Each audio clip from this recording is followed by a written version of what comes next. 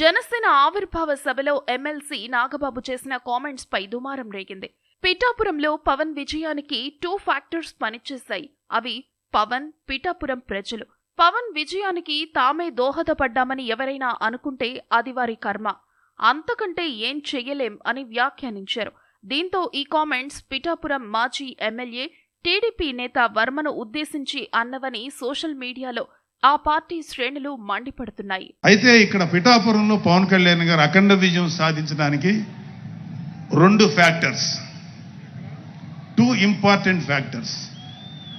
ఒకటి మన ప్రెసిడెంట్ జనసేనాని పవన్ కళ్యాణ్ గారు అయితే, రెండో ఫ్యాక్టర్, నాటి వ్యక్తి ఫ్యాక్టర్ పిఠాపురం జన సైనికులు, పిఠాపురం పౌరులు, పిఠాపురం ఓటర్స్.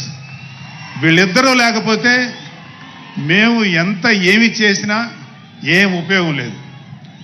సో మాలో ఎవరైనా ఇంకెవరైనా సరే పవన్ కళ్యాణ్ గారి విజయానికి నేనే దోహదపడ్డాను అని ఎవరన్నా అనుకుంటే అది వారి కర్మ, అంతకంటే ఏం చేయలేం.